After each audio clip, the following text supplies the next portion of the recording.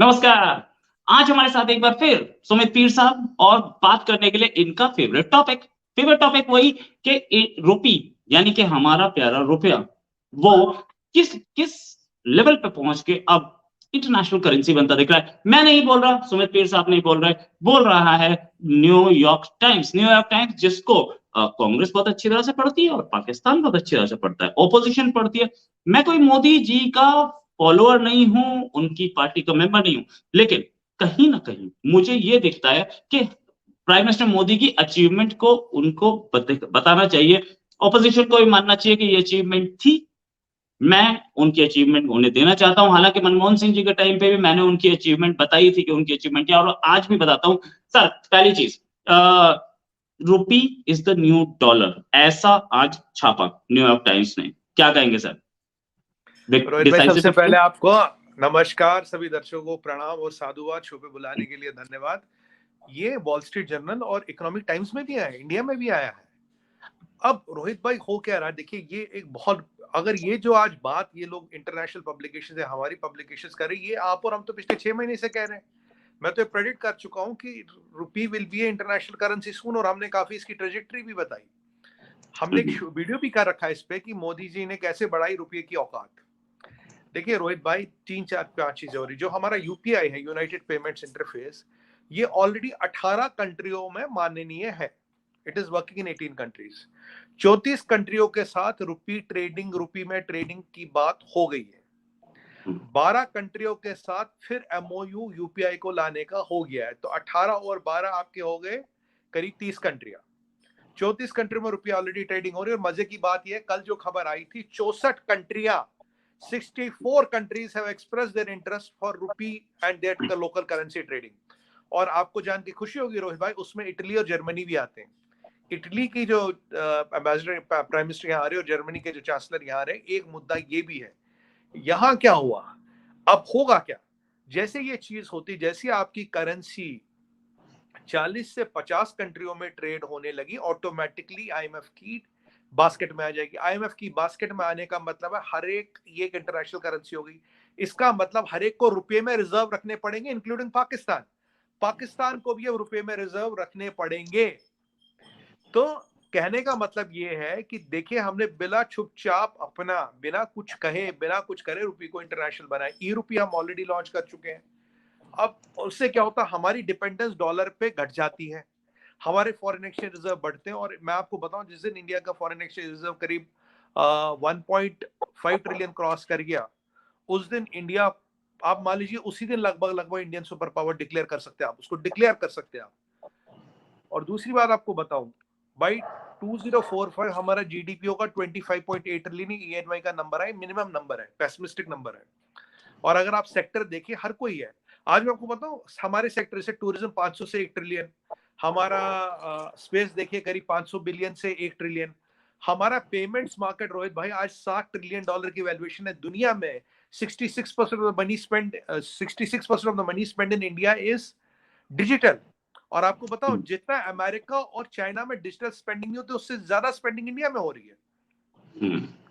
और ये चीज अब आप देखिए, पूरी दुनिया कवायद में लगी है कैसे हम इंडिया के साथ रुपये ट्रेडिंग करें। देखिए, हमारे इंपोर्ट ड्यूटी पे 2 हैवी आइटम्स है, एक है तेल, एक है गोल्ड। ये सबसे ज्यादा हैवी आइटम्स है, कई $100 बिलियन जाते हैं। तीसरा डिफेंस। तेल की बात करें, रशिया से 40% तेल आ रहा है, रुपये रूबल ट्रेडिंग हो रही है वेस्ट्रो अकाउंट के थ्रू। ठीक है। गोल्ड की बात हो रही, 2 लाख किलो हम सोना ले रहे हैं हमारा यूनाइटेड अरब एमिरेट से, रुपये ट्रेडिंग की बात चल रही है, राइट। अब रही बात डिफेंस की, 60% डिफेंस बजट अब इंडिया में ही खर्च होगा। और जो हमने 17%, 16%, 17% डिफेंस बजट कैपिटल एक्सपेंडिचर के लिए, उसमें भी मेक इन इंडिया पे स्ट्रेस है। करीब करीब 60% डिफेंस का बजट इंडियन कंपनियों को दिया जाएगा। आप एलसीए की बात करें, एलसीएच की बात करें, एयरक्राफ्ट कैरियर का की बात करें, सारा इंडिया पे स्पेंड हुआ है, मोस्ट मेजॉरिटी ऑफ द पैसा। तो रोहित भाई, यही नहीं, अब बड़ी बड़ी इकोनॉमियां, जिनमें मैक्सिको, जिसमें भारत है, जिसमें सॉरी इटली है, जर्मनी, ये आ रही है हमारे पास। एफटीए तो पुरानी बात हुई, कह रही रुपये में ट्रेडिंग करो। तो ये एक बहुत बड़ी अचीवमेंट है कि इतनी जल्दी कोई रुपया, कोई करेंसी इंटरनेशनल नहीं हुई। करंट अब करेंसी में डोमिनेंस है डॉलर का। यूरो इतना मार्क नहीं रख पाया, डॉलर है, उसके बाद मैक्सिमम है यूरो। एक इंडिविजुअल देश की कंट्री जो है, करेंसी जो इतनी ऊपर गई है वो केवल भारत की करेंसी गई है। मैं आपको बताऊं, अब आप चाइना से कंपेयर करेंगे, आपको पता चाइना की करेंसी कितने देशों में ट्रेड होती? केवल 2 देशों पर, वो भी चाइना कहता है इससे सीक्रेट हम बताएंगे नहीं किसमें। कोई करेंसी इतनी ट्रेडेड नहीं है। अगर आप देखिए जीसीसी कंट्रीज हमारे साथ फ्री ट्रेड एग्रीमेंट करना चाहती, क्यों करना चाहती है बताता हूं आपको। जीसीसी के अंदर सबसे बड़ा पावर है सऊदी अरबिया। सऊदी अरबिया हमारे साथ तेल की डीलिंग, रशिया से कंपीट करना तो तेल की डीलिंग हमसे रुपयों में करनी पड़ेगी। सऊदी डायरेक्टली सामने आ नहीं सकता बिकॉज पेट्रो डॉलर उस दिन खत्म हो जाएगा।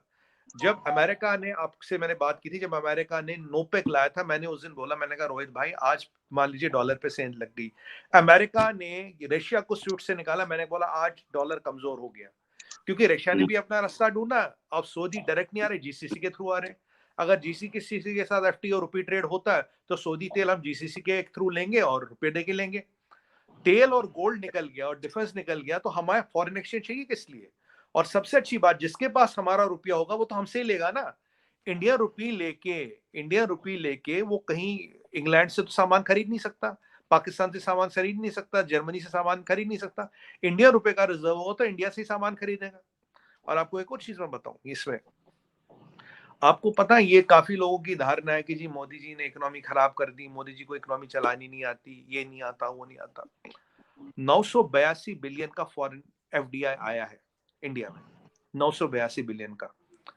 आपको पता 532 बिलियन आया है इंडिया में। पता लास्ट 532 बिलियन कितनी देर में आया? 532 बिलियन कितनी देर में आया? 18 महीने में। 18 months have got 532 billion dollars of FDI. Covid के टाइम में 87 बिलियन डॉलर हाईएस्ट हमारा एफडीआई है। और इंडियन एफडीआई के बारे में एक और चीज आपको बताऊं, बहुत इंटरेस्टिंग चीज है। इंडियन एफडीआई आ रहा 32 स्टेट्स और यूनियन टेरिटरीज में, किसी एक जगह नहीं आ रहा। इंडिया में एफडीआई आ रहा है 61 सेक्टरों में। नेम या कंट्री नेम या सेक्टर जहां इतना बड़ा फैला हुआ है। और हमारी मीडियन एज 28 साल, चाइना से 10 साल कम। और आपको पता हमारा डेमोग्राफिक डिविडेंड कब तक रहेगा? 2070 तक। भाई 2070 आने वाले 50 साल हमारा डेमोग्राफिक डिविडेंड रहेगा। और महादेव की कृपा से before 70 will be the biggest economy in the world, क्योंकि नंबर 2 बनने में हमें 2045 मान लीजिए 22 साल लगेंगे। और आपको एक और चीज बताओ, every minute 8 people are migrating to cities. तो धीरे धीरे यहाँ गांव रहेगा ही नहीं, it will become like United States of America which is mostly urbanised. हर सेकंड 3 लोग इंटरनेट से जुड़ रहे हैं और 2 लोग गांव में से जुड़ रहे हैं। We have, आपको एक और पता, we have the second biggest road network in whole of world now. Second biggest road network India में। और डेमोग्राफिक डिविडेंड हमारे पास है, मार्केट हमारे पास है। इंडियन रिटेल $3 ट्रिलियन का मार्केट है। ये जो मैं आपको चीजें बता रहा हूँ, these are all verified tangible facts. यहाँ कोई भी चीज अब $1 ट्रिलियन से कम नहीं है, 500 बिलियन $1 ट्रिलियन से कम नहीं है। और आपको बताओ पहला ट्रिलियन बनने में कितने साल लगे थे? 57 साल। 57 साल। और 2026 के बाद will be adding $500 billion to $1 trillion per year। 2028 के बाद तो इतनी पेस पे हम पकड़ ही लेंगे। तो रोहित भाई रेवोल्यूशन आ रहा है इंडिया में, रेवोल्यूशन। अब आप और ये क्या कहते हैं उनको, EY की बात करें, आप KPMG की बात करें, आप प्राइस वोटरहाउस कूपर्स की बात करें, जो बिग 4 है, सब कहते हैं India is the future of the world. और अब हमारी बात, हमारी चीज को मानने की दुनिया को सलाहियत भी बनानी पड़ेगी और दुनिया को इसकी खराब पेशेंस भी रखनी पड़ेगी that India is the future of world. India को ऐसी shining star of the global economy नहीं कहते। India is prevailing at a rate which is unbelievable. और जो इंडिया का मंत्र है वसुधैवम कुटुंबकम, ये हर दुनिया मान रही है। आप देखिए अभी हमने टर्की रिलीफ भेजा था और 2 दिन की औकात इतनी सी रह गई। टर्की के एम्बेसडर ने बोला कि गवर्नमेंट ने जो भेजा और इंडिया के लोग इतना भेज रहे, उन्होंने जो वीडियो लगा उसमें नीचे लिखा वासुदेवम कुटुंबकम। टर्की का एम्बेसडर लिख रहा है। और टर्की की बात करें तो केवल 2 मुसलमान मुल्क गए थे हेल्प करने के लिए। सबसे सेकंड बिगेस्ट कंटिजेंट हमारा था टर्की में, सेकंड बिगेस्ट कंटिजेंट हमारा था। हम सबसे पहले लैंड करते अगर ये पाकिस्तान ने हमें एयर स्पेस दी होती। इन्होंने हमें जानबूझ के एयर स्पेस नहीं दी ताकि हम डिले हो जाए। रोहित भाई इंडिया का ढंका हर तरफ से बढ़ रहा है। और अब जो आज G20 का अधिवेशन चल रहा है फाइनेंस मिनिस्टर्स का, और अगर आप देखें आज अपने एक और चीज देखी, मोस्टली काफी लोगों के फाइनेंस मिनिस्टर साड़ी में है। गीता गोपीनाथ जी साड़ी में, निर्मला जी तो खैर होती है, ये आई थिंक स्पेन की डिप्टी प्राइम मिनिस्टर आई है, वो भी साड़ी में है। तो देखिए इंडियन कल्चर कहाँ फैल रहा है, सनातन कहाँ फैल रहा है। मैं आपको कह रहा था सबसे सस्टेनेबल वे ऑफ लाइफ है सनातन। सनातन जैसा सस्टेनेबल वे ऑफ लाइफ ही नहीं। अब तो जो हमारे पंच तत्व का कॉन्सेप्ट है उसकी एंडोर्समेंट तो अब दुनिया कर रही है। दुनिया इज बिलीविंग अवर पंच तत्व। रोहित भाई, अब ये बात न्यूयॉर्क में हो रही है, इंडिया में हो रही है, यूरोप में हो रही है। रुपी is the new dollar.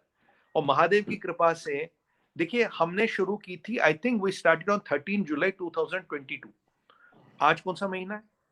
Hardly 8-9 महीनों में हमने अपनी करेंसी ग्लोबल कर दी। ऑलमोस्ट 50 कंट्रियां आती IMF के बास्केट में आती। It's a global currency, everybody has to give rupee reserves. आपके और मेरे बच्चों का, आपके और मेरे पोतों का, या हमारे दर्शक जितने देख रहे हैं, सबका फ्यूचर सेफ हो जाता है उस दिन। और लोग कहते हैं मोदी जी को इकोनॉमी चलानी नहीं आती, इंडिया की इकोनॉमी पीछे जा रही है। जहां दुनिया में रिसेशन है, दुनिया की बात करें थोड़ी, जर्मनी इकोनॉमिक आउटलुक 0.1, यूके का 0.3। यूके में आज मैं पढ़ रहा था, फूड स्टोरों में ये लग गया है, बाइंग पे रैशन लग गया है। खाना नहीं है, आप कुछ भी खरीद नहीं सकते, आपके जेब में पैसे तब भी नहीं खरीद सकते आप। ये हालत है रोहित भाई। आज तो लोग कह रहे हैं कि पाकिस्तान को वीट दो, पाकिस्तान भूखा मर रहा है। वो अलग बात है, हम नहीं देंगे। बट हालत ये है कि वीट हमारे यहाँ, स्पेस हमारे यहाँ, दवाई हमारे यहाँ, IT हमारे यहाँ, मैन पावर हमारे यहाँ, रिटेल हमारे यहाँ, फाइनेंस हमारे यहाँ, बैंकिंग हमारे यहाँ। और एक और चीज में आपको जानकर खुशी होगी, आपने देखा होगा अभी हमने 10 कंट्रियों के साथ टाइप किया। अभी एक टाइप बड़ा कल परसों न्यूज में था, सिंगापुर के साथ टाइप किया। बड़ा मुझे काफी लोगों ने DM किया, कह रहा सुमित जी इस पे बताओ ये क्या है and how is it different. देखिए, मैं सिंगापुर में रहता था, तो तब एक आज से काफी साल पहले, मैं तो 15 में वापस आया था, मैं 8 साल रहा करीब। तो तब एक मनी टू इंडिया होता था। If you are a Indian citizen, you can use your ICICI bank account और आप उससे सीधा इंडिया को पैसा भेज सकते हो, राइट? आपके NRO है, NRE अकाउंट में आएगा। That was always a facility. अब UPI से क्या हुआ, आप अपनी बीम से सिंगापुर में पेमेंट कर सकते हैं। जैसे आपके फोन है जेब में, तो आपके पास सिंगापुर डॉलर नहीं, आपने कोई $100 का खरीदा, you can pay from your beam directly. अब एक और नई चीज आई है। नई चीज ये कही है रोहित भाई हमने, पहले जो भी ट्रांजेक्शन होती थी वो स्विफ्ट से होती थी। अब क्या हो गया, हमने क्या कर लिया, अगर आपको आप NRI नहीं है, आपके पास फोन भी नहीं, आपको सिंगापुर $10 लाख भेजने हैं, $20 लाख भेजने हैं, तो रोहित भाई we have integrated our UPI with their system. तो we can send money and receive money from Singapore without SWIFT. We don't need SWIFT. अब हमारे पास ऑप्शन, हम स्विफ्ट को यूज करें, डायरेक्ट अपने पेमेंट इंटरफेस के थ्रू पैसे भेजें। यही हम 10 कंट्रियों के साथ करने वाले। और इसमें जो नंबर थर्ड जिसमें जहां जेनरेटली होगा वो है यूनाइटेड अरब एमिरेट्स हमारा थर्ड बिगेस्ट ट्रेडिंग पार्टनर है। मैं रोहित भाई बताऊं आपको, पूरी दुनिया में हड़कंप मच गया, अमेरिका में कोहराम आ गया इसको देखते हुए। क्योंकि इंडिया वर्ल्ड की 5th लार्जेस्ट इकोनॉमी की अगर करेंसी ग्लोबल हो जाती है तो हिट कहाँ लगेगी? डॉलर पे। रिजर्व कहाँ कम रखेंगे? डॉलर के जितने रुपए के रिजर्व रखेंगे, डॉलर के कम रखेंगे। अभी पीछे डॉलर गिरा, हमने यूरो के रिजर्व बढ़ाए ना, अपना सोना बढ़ाया। ठीक उसी तरह से अब होगा रुपी, डॉलर, यूरो और सोना। आप देख रही हैं ये भारत में क्या रेवोल्यूशन आ रहा है। भारत का अगर 64 कंट्रियों के साथ हमने रुपी ट्रेडिंग कर ली, और आप ये मत बोलिए only 10% of the people have more than GDP of $10,000। तो 90%, तो मतलब जिस कंट्री में हमारा लेना देना होगा, करीब 60-70 कंट्री में, लगभग 100 कंट्रियों के साथ हम ट्रेड करते हैं, लगभग उनके साथ हम रुपी में बात कर रहे हैं। मुझे बताइए, अमेरिका को छोड़ कर आज ये कोई कर पाया? भारत को छोड़ के एक मुल्क बताइए जिसने ये कर पाया? भारत को छोड़ के एक मुल्क बताइए जिसने करीब 100 दिनों में कर 100 करीब 2 साल 1.5 साल में ये करके दिखाया? किसी ने करके दिखा रहा। और भूलिए मत, हमें जब ब्रिटिश छोड़ गए थे, फ्रेजाइल 5 पे छोड़ गए थे, फ्रेजाइल 5। और 2014 में इकोनॉमी की क्या हालत थी? 23% तक फूड इन्फ्लेशन था। आज देखिए इकोनॉमी कहां पहुंच रही है। रोहित भाई, यही नहीं, सोना हम खरीद रहे हैं, न्यूक्लियर पावर अपने अपना बढ़ाया, we are a nuclear triad. तो अपनी करेंसी को ग्लोबल करने के लिए we have the requisite gold, we have the geopolitical power, we have the nuclear power, we have G20, we have SCO, we have the third largest military in the world, we have a very powerful dispensation. और कल भी हमने Russia के खिलाफ veto किया। कितना pressure पड़ा था फ्रांस का कि आप वोट करें, हमने वोट नहीं किया, हमने वीटो किया।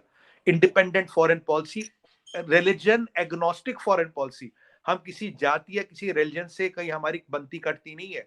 हम मुसलमानों की मदद भी करते हैं, क्रिश्चियनों की मदद भी करते हैं, हम यहूदियों के भी दोस्त हैं, और खैर हम सनातनी तो है ही। तो अब सनातन का लोहा पूरा दुनिया मानने लगा है। मुसलमान कंट्रियों के एम्बेसडर वासुदेवम कुटुंबकम ट्रीट करे रोहित भाई। आप देखिए क्या हो रहा है, ये रेवोल्यूशन नहीं तो और क्या है। What we are witnessing is a silent revolution.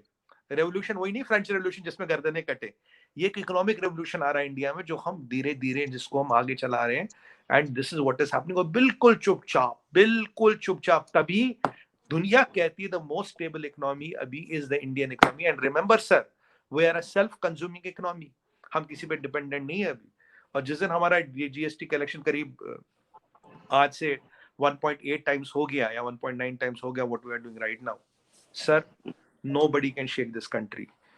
पर आप तैयार रहिएगा, टूल किट आएंगे, नए नए पैंतरे आएंगे आपको। आपने पंजाब में चीजें हिलती देखी होगी, आपने new pension scheme, old pension scheme देखी होगी। ये मैं यहाँ जल्दी एक new pension scheme, old pension scheme का एक डेंजर बता दूं। ये जो ओल्ड पेंशन स्कीम है ये इतनी खतरनाक है कि अगर कांग्रेस इसको हिमाचल में लागू करती है, 79.9% of the revenue of state will go just for paying pensions. अगर राजस्थान में लागू होती है, 6% लोगों को पेंशन देने के लिए आपका 58.9% रेवेन्यू जाएगा स्टेट का ग्रॉस रेवेन्यू। तो मतलब चीजें आएंगी, हमला होगा। भारत का बढ़ता वर्चस्व, भारत का बढ़ता stature is almost done sir. This is what world is rattled. और वी हैव फूड सरप्लस। हम हर चीज में धीरे धीरे सरप्लस ही नहीं हो रहे, बल्कि दुनिया भर को भी खिला रहे हैं। And we are undisputed leader of the global south now. Global south का कोई लीडर नहीं। आज अफ्रीका के 14 देश हमारे पास खड़े हैं, हमारी डेट रिस्ट्रक्चरिंग करके दो। हम डेट रिस्ट्रक्चरिंग करें अफ्रीका के देशों के लिए। बांग्लादेश को $4.5 बिलियन ऐसे नहीं मिला रोहित भाई, हमने मदद की है। और पाकिस्तान को ऐसे नहीं पैसे नहीं मिल रहे। मतलब ठीक है, आप समझ गए होंगे मैं क्या कहना चाह रहा हूँ जी। सर एक चीज और, हमारे पास पहले ही बहुत सारे इंडियन सीईओज थे, सत्य नडेला, सुंदर पिचाई, एक नील मोहन और आए यूट्यूब के, पूरे अक्रॉस द वर्ल्ड। अब ये सोचा जा रहा है कि इंडियंस कर क्या रहे हैं, मतलब इतनी सारी ग्लोबल कंपनीज के सीईओ। अब एक चीज और हुई, जो बाइडेन ने अजय बंगा को नॉमिनेट किया वर्ल्ड बैंक के चीफ के लिए। अच्छा, ये वर्ल्ड बैंक वही है, आईएमएफ के साथ साथ वर्ल्ड बैंक है जो कि लोन्स देते हैं। वर्ल्ड बैंक का लोन भी, वर्ल्ड बैंक से लोन भी लेना है पाकिस्तान को, और आईएमएफ का तो चल ही रहा है। वहां पे गीता गोपीनाथ बैठी है, डेप्यूटी चीफ। अब पाकिस्तान तो बेचारा सोच रहा है कि यार कहाँ फंस गए, एक तो पैसा नहीं और ऊपर से इंटरनेशनल एजेंसी से मांगो तो वहां इंडियन बैठे हैं। पहले ही गीता गोपीनाथ पे इतना हंगामा मचाया था, अब तो अजय बंगा भी पहुंच गए। देखिए, अजय बंगा जी अमेरिकन है और काफी एक्सपीरियंस व्यक्ति है। और दूसरी बात मैं आपको बताऊं, आपको एक हैरान करने वाला डाटा दूंगा। कल मैं एक डिबेट में बैठा था नेशनल टीवी पे, रोहित भाई, ये अजय बंगा जो सरदार है, और बहुत अच्छा स्टेप लिया जो बाइडेन ने। First time I am endorsing Joe Biden. आपको पता है सेकंड रेशियल वायलेंस किसके अगेंस्ट होती है यूएस में? Second, number 1 is Jews, number 2 is Sikhs. 21.2% या 21.9% of the racial violence is against Sikhs. Sikhs are a mini microscopic minority. इतने छोटे से सिख पॉपुलेशन यूएस में, पर बेचारों को सबसे ज्यादा टारगेट किया जाता है। बिकॉज सिख एक डिस्टिंग्विश होता, अलग दिखता है। देखिए, सरदार कभी भीख नहीं मांगता, सरदार मेहनती होता, सरदार दुनिया के हर कोने में चल जाता है, हर गुरुद्वारे में आपको लंगर मिलता है। ये सरदारों से ये जो हमारे ये जो लोग हैं ये जलते हैं, तकलीफ होती है। अब ये आखिरी बार क्या कहते हैं, मिस्टेकन आइडेंटिटी। आप देखिए, बांगा जी को बनाया, मनमोहन सिंह जी प्रधानमंत्री थे, अब तो मिस्टेकिंग आइडेंटिटी नहीं होगी ना। तो भाई अगर बांगा जी को बनाया तो अपने दम पे बनाया ना, अपनी काबिलियत पे बनाया ना, इसलिए थोड़ी बनाया इंडियन है। आज तो उनका पासपोर्ट अमेरिकन है।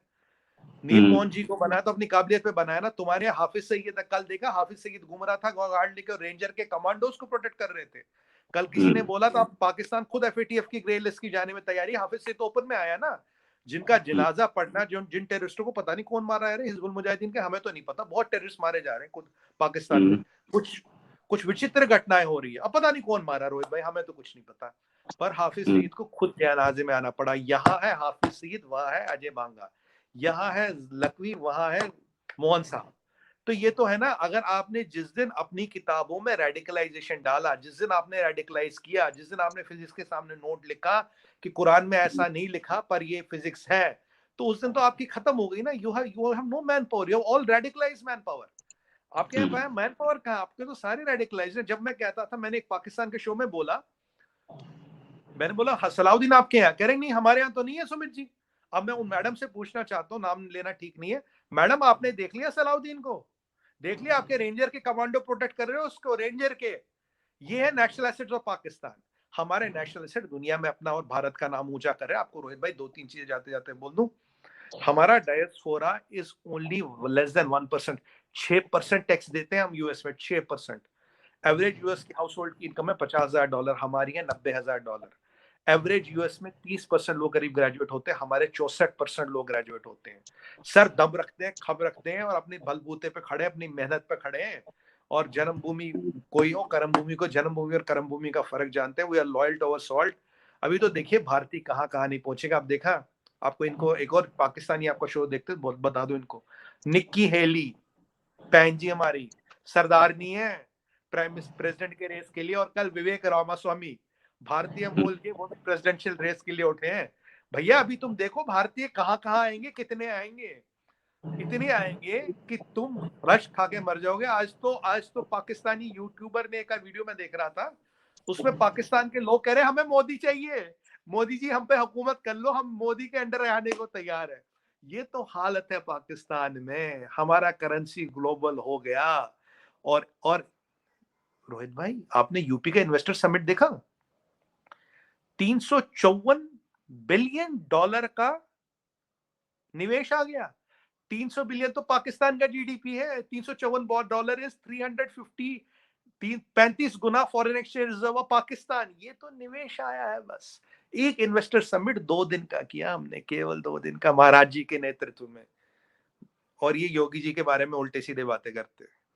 ये मोदी जी का, तभी मैंने इनको बोला कि $532 बिलियन आया है पिछले 19 महीने में, हाईएस्ट एफडीआई आ रहा है। स्टार्टअप्स की बात करूं, 3rd हाईएस्ट स्टार्टअप सिस्टम, 7 दिन में एक यूनिकॉर्न बन रहा है यहाँ पे, 7 से 10 दिन में हाईएस्ट स्टार्टअप सिस्टम यहाँ पे है। 300 बिलियन से ज्यादा का हमने नेटवर्थ बनाई, we have increase our wealth, और 7 लाख लोगों को नौकरियां दी है। 7 लाख लोगों को नौकरियां दी है। मैं कहूंगा ट्रिलियनों का हिसाब करो, ट्रिलियन कितनी जल्दी जल्दी बनेंगे इसका हिसाब लगाओ। अब यहाँ बिलियन मिलियन की बात नहीं होगी रोहित भाई, बिलियन की भी नहीं होगी, सीधा ट्रिलियन। हर हर महादेव, हर हर महादेव। सर बहुत बढ़िया डिस्कशन रहा, thanks a lot for joining sir. एक आपके साथ एक डिस्कशन और जल्दी ही करेंगे, अभी के लिए बहुत बहुत धन्यवाद। और सर एक चीज और, कि जिस तरीके से चल रहा है उस तरीके से ऐसा तो लग रहा है कि आईएमएफ का अगला चीफ भी कोई इंडियन ही हो सकता है। हर हर महादेव सर। रोहित भाई होना चाहिए। हम सबसे कॉम्पिटेंट कैपेबल लोग हैं पृथ्वी पे, हमसे कॉम्पिटेंट और कैपेबल कोई नहीं। और बोलिए मत, 200 साल पहले हम we were controlling 35% of the global GDP, और महादेव की कृपा से वो दिन ज्यादा दूर नहीं, आपके और मेरे जीवन काल में ही आएगा। हर हर महादेव, भारत माता की। हर हर महादेव सर।